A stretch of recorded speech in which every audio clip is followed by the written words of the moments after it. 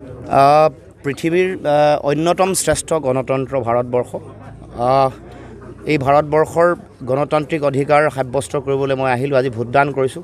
আৰু ভোটদান প্ৰতিগৰাকী নাগৰিকৰ গণতান্ত্ৰিক অধিকাৰ, দেশৰ গণতন্ত্ৰ, দেশৰ সংবিধান ৰক্ষাৰ স্বাৰ্থত, আৰু ময়ো দেশৰ গণতন্ত্ৰ সংবিধান ৰক্ষাৰ স্বাৰ্থত, দেশৰ গণতান্ত্ৰিক প্ৰমূল্য আৰু ঐতিহ্য শক্তিশালী কৰাৰ স্বাৰ্থত মই ভোটদান কৰিছোঁ। আমি সকলোৱে জানো যে দেশৰ গণতান্ত্ৰিক সংকট আছে, দেশৰ সাংবিধানিক সংকটৰ কথা বিভিন্ন সময়ত কৈ অহা হৈছে।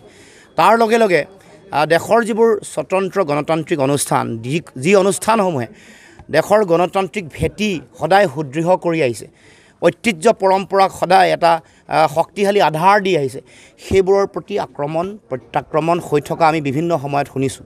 গতিকে আমি আজি এই ভোটাধিকাৰ সাব্যস্ত কৰিছোঁ দেশৰ গণতন্ত্ৰ সংবিধান ৰক্ষা কৰা, দেশৰ স্বতন্ত্ৰ সাংবিধানিক অনুষ্ঠান, ন্যায়পালিকাকে ধৰি সকলো অনুষ্ঠানৰ যাতে সুৰক্ষিত ভৱিষ্যত আহে আৰু পৃথিৱীৰ সন্মুখত বিশ্বৰ এখন অতি শক্তিশালী গণতন্ত্ৰ হিচাপে ভাৰতবৰ্ষ প্ৰতিষ্ঠা হয়, তাৰ কাৰণে এই মোৰ ভোটাধিকাৰ।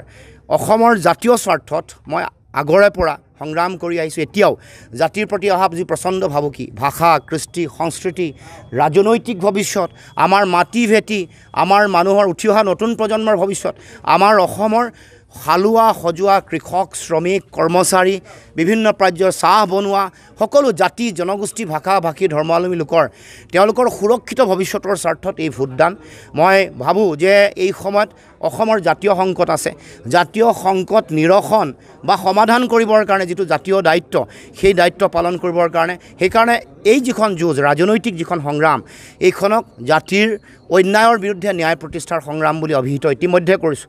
আৰু সেইকাৰণে সকলোকে আহ্বান জনাইছোঁ যে আমাৰ অসমৰ মানুহৰ যিবোৰ জাতীয় মৌলিক যিবোৰ প্ৰশ্ন আছে, সেইবোৰ প্ৰশ্নৰ সমাধান বিচাৰি, ৰাজনৈতিক প্ৰশ্ন, সম্পদৰ ওপৰত অধিকাৰৰ প্ৰশ্ন, ভাষা, কৃষ্টি, সংস্কৃতিৰ সুৰক্ষাৰ কথা, মাটি ভেটি ৰক্ষাৰ কথা, এই সকলো লগত ৰাজনৈতিক এই যি বিষয় বা ৰাজনৈতিক সংগ্ৰামখনৰ এটা অতি গুৰুত্বপূৰ্ণ সম্পৰ্কৰ ভূমিকা আছে।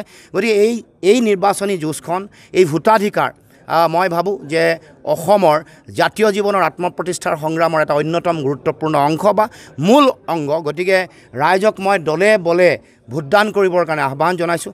সকলো প্ৰান্তৰ ৰাইজে যাতে অসমৰ জাতীয় প্ৰশ্নবোৰৰ সম্পৰ্কত নিজৰ স্থিতি স্পষ্ট কৰি সকলোৱে যাতে ভোটাধিকাৰ সাব্যস্ত কৰে, লগে লগে দেশৰ গণতন্ত্ৰ শক্তিশালী কৰিবৰ কাৰণে, দেশৰ গণতান্ত্ৰিক ঐতিহ্য প্ৰমূল্য সুৰক্ষিত কৰিবৰ কাৰণে, তাৰ লগে লগে দেশৰ সংবিধান সুৰক্ষাৰ কাৰণে যাতে প্ৰতিগৰাকী নাগৰিকে, প্ৰতিগৰাকী ভোটাৰে যাতে ভোটদান কৰিবৰ কাৰণে দলে বলে ওলাই আহে আৰু ভোটদানৰ হাৰ যাতে খুব বেছি হয়, 95% হয়, তাৰ কাৰণে সকলোকে মই আহ্বান জনাইছোঁ।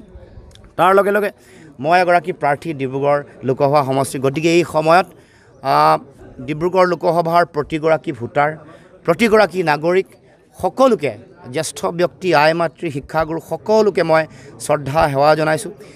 ৰাইজে যিমান মৰম দিছে, ৰাইজে যিমান সহায় সহযোগিতা আশীৰ্বাদ প্ৰদান কৰিছে, ৰাইজৰ মাজত যিমান উৎসাহ আৰু উদ্দীপনা, তাৰ কাৰণে মই সকলো ৰাইজৰ ওচৰত মই চিৰকৃতজ্ঞ হৈ ৰ'ম, চিৰঋণী হৈ ৰ'ম। আৰু তাৰ লগে লগে ৰাইজৰ মৰম ভাল পায়, ৰাইজৰ আশীৰ্বাদে সদায় উদ্বুদ্ধ কৰি থাকিব জাতিৰ প্ৰতি সেৱা আগবঢ়োৱাৰ ক্ষেত্ৰত বা জাতীয় দায়বদ্ধতাৰে, নিষ্ঠা সততাৰে কাম কৰিবৰ কাৰণে, নিজৰ মেৰুদণ্ড পোনাই শিৰ উচ্চ কৰি আপোচবিহীনভাৱে কাম কৰি যাবৰ কাৰণে সদায় উদ্বুদ্ধ কৰি থাকিব। এইখিনিকে মই অসমবাসী ৰাইজৰ ওচৰত মই ব্যক্ত কৰিছোঁ।